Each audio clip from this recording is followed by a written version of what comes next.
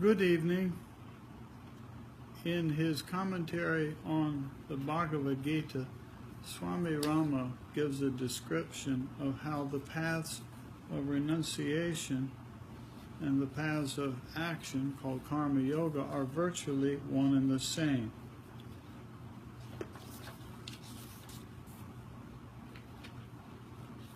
He does that, but I have to find the place here. I had it, and then my finger slipped and I lost it. Okay, here we go. Almost here we go. Now, let us describe these two paths without considering one to be superior and one inferior, and find out how they are distinct. In the path of renunciation, renouncing the fruits of actions comes later. First comes tyaga, literally abandoning all of one's personal possessions. Three main desires, called three ashanas, are renounced: the desire for a spouse and children, for wealth, and for name and fame. Along with the practice of non-attachment, vairagya,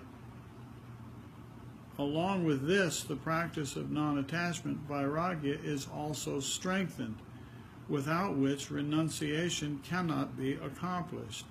It is said that a bird having two wings, tyaga and vairagya, is able to soar from this shore of life to the shore of eternity.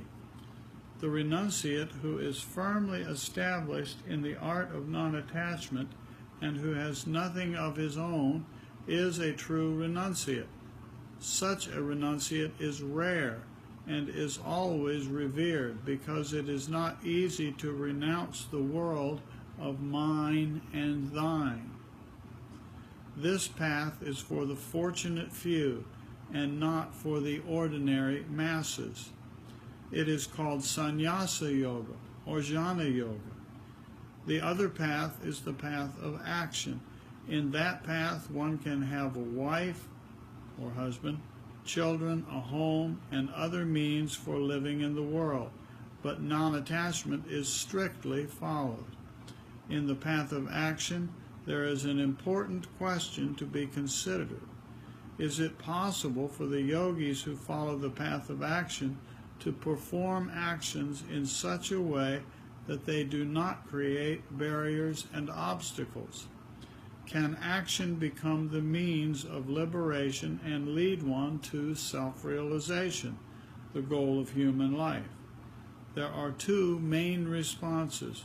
First, good actions performed selflessly and with the fruits given as offerings to the Lord, who is in everyone, have no binding power. Selfless service is important. Second, good actions also bring good fruits, and those fruits can be utilized merely to enable one to live in the world so that he can discharge his duties effectively. No matter which path one follows, he has to do actions. He cannot live without acting. Therefore, it is important to understand the nature of an action before one performs that action. Whether he is doing sattvic action with self-mastery, or is being controlled by rajasic or tamasic qualities and acting as a slave to those qualities. Sattvic actions alone lead one to the state of tranquility. Sattvic actions performed without the desire for fruits are considered to be liberating actions. All other actions bind the human being. Yogis who wish to attain the state of tranquility do their actions and duties selflessly and skillfully. They have all the necessary objects of the world, but use them just for the sake of doing their duties. Many students wonder how it is possible for anyone to realize the pure self while doing his duties. For the renunciates say that without complete renunciation, self-realization is not possible. Renunciates also do their duties, but only for self-realization.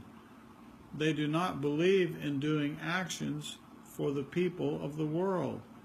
Renunciation is an inward journey, whereas the path of action is external, though the aim of both paths is one and the same.